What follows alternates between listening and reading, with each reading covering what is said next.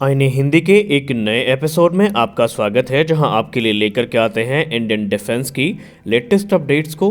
दोस्तों, हम सब जानते हैं कि मॉडर्न वॉरफेयर में जो युद्ध के तौर तरीके हैं वो तो बदल ही रहे हैं, लेकिन युद्ध में इस्तेमाल किए जाने वाले जो प्लेटफॉर्म हैं ये भी काफ़ी ज़्यादा अपग्रेड्स को प्राप्त कर रहे हैं। हमने हाल ही के कुछ वर्षों में देखा कि दुनिया 4.5 जनरेशन या 4th जनरेशन के फाइटर एयरक्राफ्ट से अनमैन फाइटर्स या 5th या 6th जन फाइटर्स पे शिफ्ट कर रही है। इसमें अमेरिका जैसे कुछ चुनिंदा देश हैं जिन्होंने ना सिर्फ 5th जन फाइटर्स को बना भी लिया है, बल्कि ऑलरेडी उनके द्वारा जो 6th जनरेशन फाइटर एयरक्राफ्ट का डेवलपमेंट है वो भी काफ़ी एडवांस स्टेजेस में पहुंचा है और अब उनका जो ध्यान है वो अनमैन फाइटर जेट्स की तरफ केंद्रित हो चुका है। हमने हाल ही में 13 मार्च 2023 को तुर्की की एक रिपोर्ट में देखा, जहां पर तुर्की ने अपने अंका 3 नाम से पहले अनमैन स्टेल्थ जो एयरक्राफ्ट है उसको अनवील किया और आगे चल के ये जो एयरक्राफ्ट है तुर्की में बड़ी संख्या में कार्यरत भी होने वाले हैं। लेकिन इसी बीच एक बड़ी खबर हमें देखने को मिली हिंदुस्तान एरोनॉटिक्स लिमिटेड से, जब हिंदुस्तान एरोनॉटिक्स लिमिटेड के test pilot Harshvardhan Thakur sir के द्वारा एक पिक्चर शेयर करी जाती है और ये पिक्चर होती है स्विफ्ट अनमैन एरियल व्हीकल की, जो कि इस समय अंडर डेवलपमेंट है। अब अगर आप इस पिक्चर को गौर से देखेंगे तो आपको दो चीज़ें देखने को मिलेंगी। पहली बात तो ये है कि यहाँ पर जो इसका पूरा का पूरा स्ट्रक्चर है वो लगभग बन के तैयार है। जी हाँ, अगर हम एयर फ्रेम की बात करें तो एयर फ्रेम लगभग बन के तैयार है और इसमें जो सिस्टम्स हैं उनका इंटीग्रेशन किया जा रहा है और बहुत जल्दी ये कंप्लीट भी हो जाएंगे। अब अगर हम इस अनमैन एरियल व्हीकल की बात करें तो ये हिंदुस्तान एरोनॉटिक्स लिमिटेड और भारतीय वायुसेना दोनों के लिए काफ़ी महत्वपूर्ण है, क्योंकि ये प्रोग्राम काफ़ी आगे चल के इवॉल्व होने वाला है।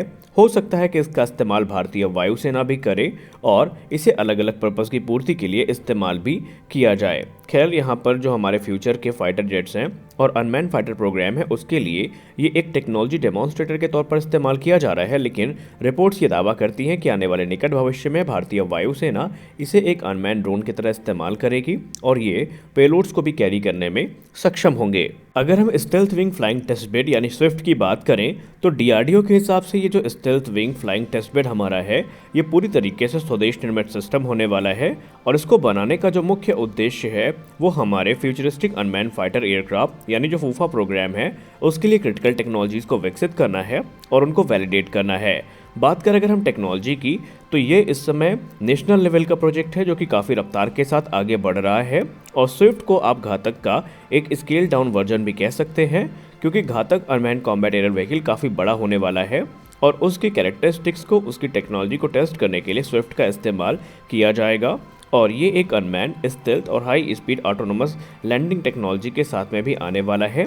आपको हम बताना चाहेंगे स्विफ्ट में इंडिजिनस सिस्टम्स का इस्तेमाल तो किया ही जा रहा है, जैसे कि नेविगेशन, गाइडेंस एंड कंट्रोल, इसके अलावा इंडिजिनस फ्लाइट कंट्रोल कंप्यूटर और भी दूसरे जो एवियोनिक सिस्टम है इसके लिए स्वदेशी तौर पर बनाए गए हैं।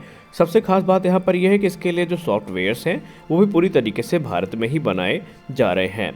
स्विफ्ट का जो ऑल ऑफ वेट है वो 1100 किलोग्राम का है और इसका जो विंग स्पैन है वो 5 मीटर्स का है। वहीं इसकी जो लेंथ है वो 4 मीटर्स की है। रेंज की बात करें तो स्विफ्ट की जो रेंज होगी वो 250 किलोमीटर की होगी। वहीं अगर हम इसके सर्विस सीलिंग की बात करें तो स्विफ्ट की जो सर्विस सीलिंग है वो 6 किलोमीटर की होने वाली है।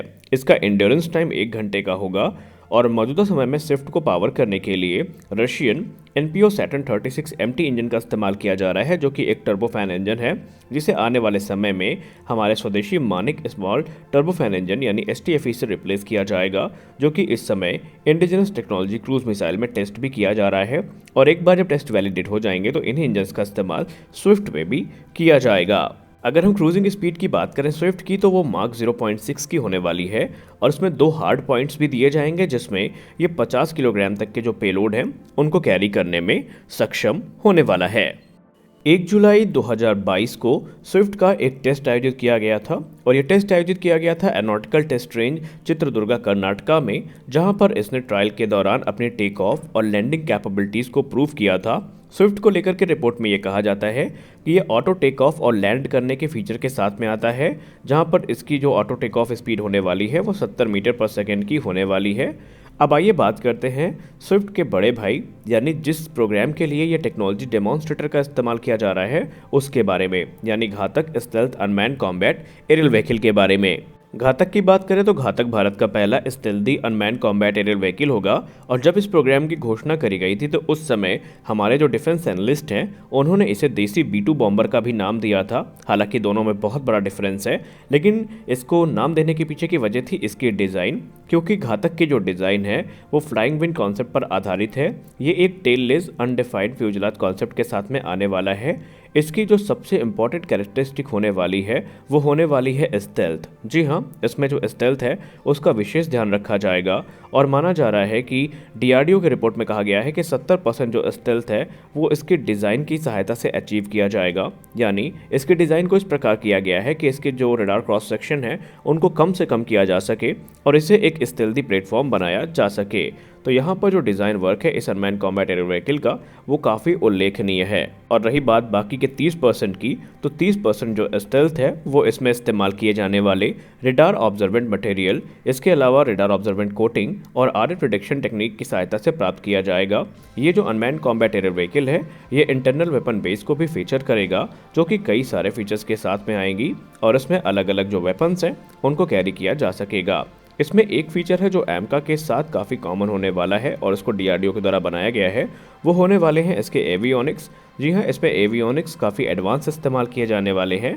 DRDO ये दावा करती है कि ये अलग अलग प्रकार के मिसाइल्स, बॉम्ब्स और प्रिसीजन गाइडेड म्यूनिशंस को कैरी करने में सक्षम होगा, जो कि एनिमी टेरिटरी में घुस के उन्हें एक बहुत बड़ा नुकसान पहुँचा सकते हैं। घातक जितना पावरफुल होने वाला है, इसमें इस्तेमाल किए जाने वाले जो सिस्टम्स हैं वो इतने ही ज़्यादा एडवांस होने वाले हैं। घातक में जो ऑन बोर्ड मिशन कंप्यूटर्स हैं वो इंडिजिनस विकसित किए गए हैं। इसमें डेटा लिंक्स का इस्तेमाल किया जाएगा, इसमें फायर कंट्रोल रेडार्स होंगे और इसके अलावा इसमें आइडेंटिफिकेशन ऑफ फ्रेंड एंड फो जो सिस्टम है और एंटी कोलिजन सिस्टम है, कोलिजन अवॉइडेंस सिस्टम है, वो सारी चीज़ें इसके एवियोनिक का एक हिस्सा होंगी, जो कि इसे काफ़ी ज़्यादा अत्याधुनिक भी बनाएंगी। इसके अलावा अगर हम इसकी कैपेबिलिटी की बात करें तो ये जो अनमैन्ड कॉम्बैट एरियल व्हीकल है ये 30,000 फीट की ऊंचाई में उड़ान भरने में सक्षम होगा और इसका वजन 15 टन से कम होने वाला है। इस अनमैन्ड कॉम्बैट एरियल व्हीकल को पावर करने के लिए ड्राई कावेरी इंजन इस्तेमाल किया जाएगा। जी हाँ, ड्राई कावेरी इंजन का इस्तेमाल घातक प्रोग्राम में किया जाएगा, जो कि इसे जो सफिशिएंट थ्रस्ट है वो जनरेट करके देगा। दरअसल जो कावेरी इंजन है उसने अपने टेस्ट को पूरा कर लिया है, लेकिन अभी भी कुछ चीज़ें हैं जो यहाँ पर होने बाकी हैं। इंजन की बात करें तो इंजन 46 किलोग्राम का थ्रस्ट जनरेट करने में सक्षम है और इसका जो मैक्सिमम वेट होगा वो 1180 किलोग्राम का होने वाला है। हालांकि DRDO का ये दावा है कि जो डेवलपमेंट है वो 2 वर्षों में कंप्लीट कर लिया जाएगा और फाइनेंशियल एक्सप्रेस की रिपोर्ट में भी यही कहा गया है कि जो कावेरी इंजन है ये अगले 2 वर्षों में इस्तेमाल किया जाने के लिए पूरी तरीके से तैयार होगा। अब अगर हम बात करें फुल स्केल प्रोटोटाइप की, जो कि घातक का है, तो वो हमें 2025 के अंत में या 2026 की शुरुआत में देखने को मिल सकता है। गौर करने वाली बात एक ये है कि भारतीय नौसेना, जो कि अपने तीसरे सुपर कैरियर यानी INS विशाल, जिसका डिस्प्लेसमेंट 65,000 टन से ज़्यादा का हो सकता है, उसके लिए भी अनमैन्ड कॉम्बैट एरियल जो व्हीकल प्लेटफॉर्म्स हैं इनको लेकर के काफ़ी ज़्यादा इंटरेस्टेड है। और कुछ रिपोर्ट्स ये क्लेम करती दिखाई पड़ रही हैं कि आने वाले समय में भारतीय नौसेना का जो तीसरा स्वदेशी विमान वाहक पोत होगा, जो कि कैटोबार कॉन्फ़िगरेशन में आएगा, उनमें ये जो अनमैन्ड कॉम्बैट एरियल व्हीकल्स हैं ये ऑपरेट करते दिखाई पड़ेंगे, जिसमें घातक भी होने वाला है। तो आज के इस वीडियो में बस इतना ही। आई होप कि ये वीडियो आपको अच्छा लगा होगा। वीडियो अच्छा लगा तो वीडियो को लाइक करिए, नए हैं तो सब्सक्राइब करिए। मिलते हैं अगले वीडियो में, तब तक के लिए जय हिंद।